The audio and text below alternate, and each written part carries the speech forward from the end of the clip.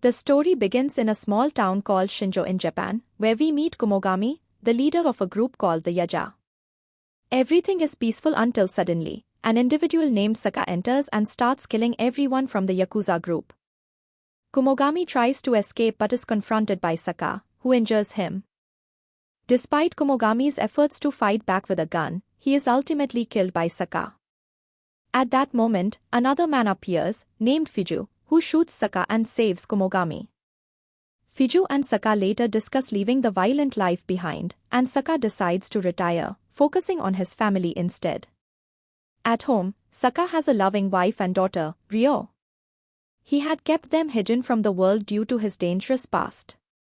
However, one day, a masked gang invades their home, led by a mysterious man who plans to kill Saka to prevent any future problems. When Saka attempts to defend his family, the gang kills his wife and daughter in front of him. Overcome with grief, Saka vows to take revenge. But before he can act, a bullet from one of the gang members pierces his head, seemingly ending his life. News spreads that Saka killed his own family, framing him as a violent, troubled man. However, 12 years later, Saka is still alive, though paralyzed and unable to move. Fiju had secretly cared for him all these years, keeping him hidden from the world.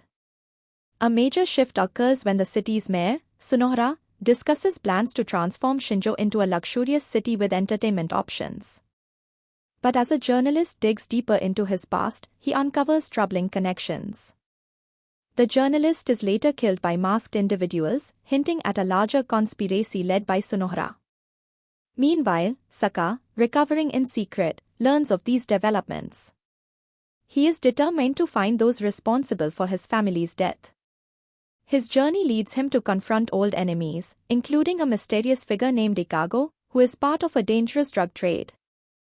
The film follows Saka's struggle as he uncovers the truth about his family's murder and seeks justice.